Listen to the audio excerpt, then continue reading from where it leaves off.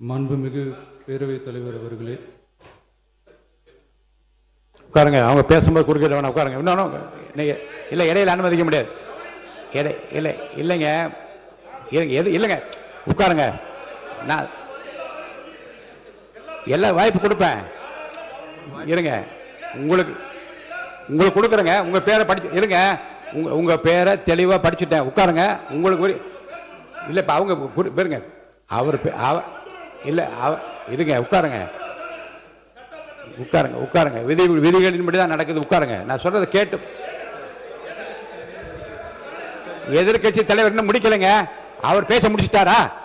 அவர் பேசி முடிச்சிட்டாரா? இன்னும் எதிர்கட்சி இன்னும் முடிக்கவே இல்லை. உட்காருங்க. நீங்க அவர் பேசி என்ன அதுதான் பேசுறேன். எது சட்டமோ எது விதி அதான் நான் பேசுறேன். எனக்கு பயப்பட சொல்லி நான் சொல்லுங்க. அவைக்கு பயப்படுங்க, விதிக்கு பயப்படுங்க. எனக்கு பயப்பட வேண்டாம், விதிக்கு பயப்படுங்க. மாண்புமிகு எதிர்கட்சி பேசி முடிக்கல. அவர் பேசி முடித்த இருங்க. அவர் பேசுகிற போது குறுக்கீடு பாருங்க. அவர் பேசுகிற போது தயவுசெய்து உட்காருறீங்களா? உட்காருங்க. என்ன உட்காருங்க, நான் அனுமதி தரேன். பேரவை முன்னவர் பேசுங்க. பேரவை முன்னவர் உட்காருங்க, பேசுங்க. நீங்க பேச கருத்து சொல்லுங்க. மாண்பு பேரவைத் தலைவர் அவர்களே, ஒரு நிமிஷம். மாண்பு பேரவைத் தலைவர் அவர்களே, எதிர்கட்சி தலைவர் சொன்னதற்காக இல்லை, ஒரு நிமிஷம். எதிர்கட்சி தலைவர் குறிப்பிட்டதற்காக அதற்கு ஒரு பதில் அளித்ததற்கு பிறகு முறைப்படி உங்களுக்கும் அந்த வழங்கப்படும். ஆகவே நீங்கள் அதுக்குள்ள அவசரப்படாதீங்க. அதுதான் சொல்றேன், நான் அதுதானே சொல்றேன். மாண்புமிகு முதலமைச்சர் அவர்கள்.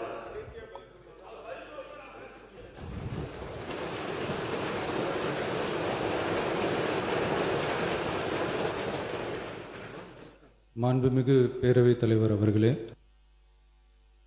காவிரி விவகாரத்தில் எதிர்கட்சி சில விவரங்களை கேட்டிருக்கிறாங்க. காவிரி நமக்கு உயிர் ஆதாரம், நம்மளோட உணர்வு ரீதியான ஒன்று.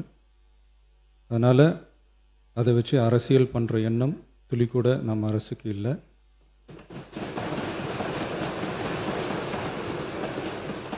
அதுக்கான அவசியமும் இல்லை. மேகதாது விவகாரத்தில் நாம் எல்லாரும் சேர்ந்து தான் தீர்மானம் போட்டோம். அதை நேர்முக கடிதமாக மாண்புமிகு பிரதமர் அவர்களுக்கும் அனுப்பி வச்சிருக்கிறோம். அதோடு நாம் அப்படியே இருந்துடல.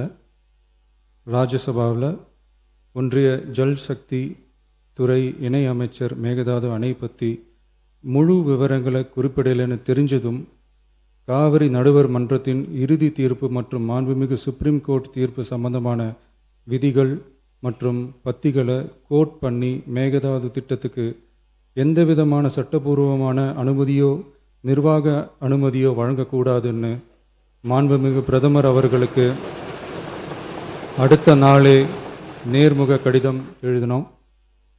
காவிரி நதிநீர் பங்கீட்லேயும் சரி, மேகதாது அணை கட்டுற முயற்சிகளை தடுக்கிறதுலையும் சரி, தமிழ்நாட்டோட உரிமையை நம்ம அரசு கொஞ்சம் கூட விட்டு தரவே தராது. அதுதான் நம்மளோட நிலைப்பாடும். அதே நேரத்தில் கர்நாடகாவில் சில அணைகள் கட்ட ஆரம்பித்ததை பற்றியும் இதே அவையில் 1969 ஒரு விவாதம் நடந்திருக்கு.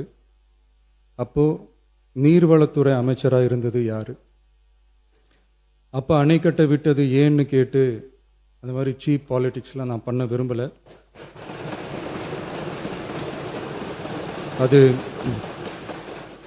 அது நம்ம நோக்கமும் இல்லை.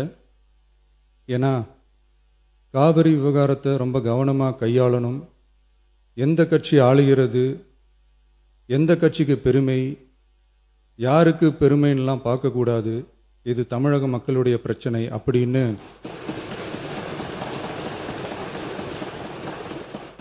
அப்போ இருந்த எதிர்கட்சி தலைவர் திரு திருமன் அவர்கள் சொன்னதை இந்த சபையில் சொல்ல விரும்புகிறேன். காவிரி பிரச்சனையில் சம்பந்தப்பட்ட 2 மாநிலங்களும் ஒன்றிய அரசும் உட்கார்ந்து முடிவெடுக்கணும்னு 1969 இந்த சபையில் பேசியிருக்கிறாங்க. அதுக்கப்புறம் நிலைமை வேறு மாதிரியெல்லாம் போயிடுச்சுன்னும் நம்ம எல்லாருக்குமே தெரிஞ்சது தான். சட்டப்படி இந்த பிரச்சனையை அணுகிறதுல நாம் உறுதியாக இருக்கிறோம், அதில் மாற்றமே இல்லை. இருந்தாலும் ஒரு அட்டெம்ப்ட் எடுத்து பார்க்கலாம்னு தோணுனது தான் அந்த பெங்களூர் விசிட். அப்படி ஒரு விசிட் பற்றி ஃபஸ்ட்டு யோசித்து கேட்டதும் நான் தான். நாம் பெங்களூர் போக நினச்சதை பற்றி பல ஒப்பீனியன்ஸ் வந்துச்சு. நாம் போக நினச்சதுக்கு காரணம், ஒருவேளை இந்த பிரச்சனை தீர்க்கறதுக்கான ஒரு பாசிட்டிவ் சைன் கிடைச்சா நல்லா இருக்குமேன்னு ஒரு எண்ணத்தில் தான். இன்றைய காலத்தில் பகை நாடுகளை பேசி தீர்க்க பார்க்குறாங்க. பக்கத்து மாநிலத்தோட பேசி பார்த்தா என்னன்னு நினச்சேன்.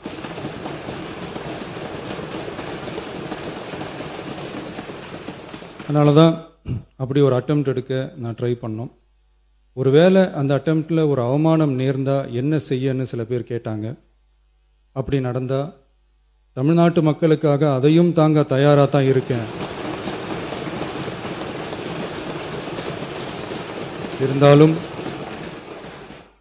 இருந்தாலும் நம்ம மேலே அன்பு காட்டின அத்தனை பேருக்கும் என்னோட நன்றிகள். இந்த காவிரி விவகாரம் பற்றி மாண்புமிகு நீர்வளத்துறை அமைச்சர் அவர்கள் உரிய விளக்கம் அளிப்பார். அதே மாதிரி காவிரி பிரச்சனையால் பாதிக்கப்பட்ட விவசாயிகளுக்கான அந்த இன்சூரன்ஸ் ப்ரீமியம் அரசே கட்டுறதை பற்றி கேட்டிருந்தாங்க. அதுக்கான விரிவான பதிலை மாண்புமிகு விவசாய அமைச்சர் அவர்கள் தருவார். அப்புறம் இந்த குறுவை சாகுபடிக்கு அந்த நிவாரண தொகுப்பு பற்றி எதிர்க்கட்சியிலேருந்து கேட்டிருந்தாங்க. அந்த குறுவை சாகுபடிக்கு அந்த நிவாரணம் ஏற்கனவே கொடுத்தாச்சு, வழங்கியாச்சு. இது அரசியலே நாங்கள் தான் அப்படின்னு சொல்லிக்கிறவங்களுக்கு இது எப்படி தெரியாமல் போச்சுன்னு எனக்கு தெரியல.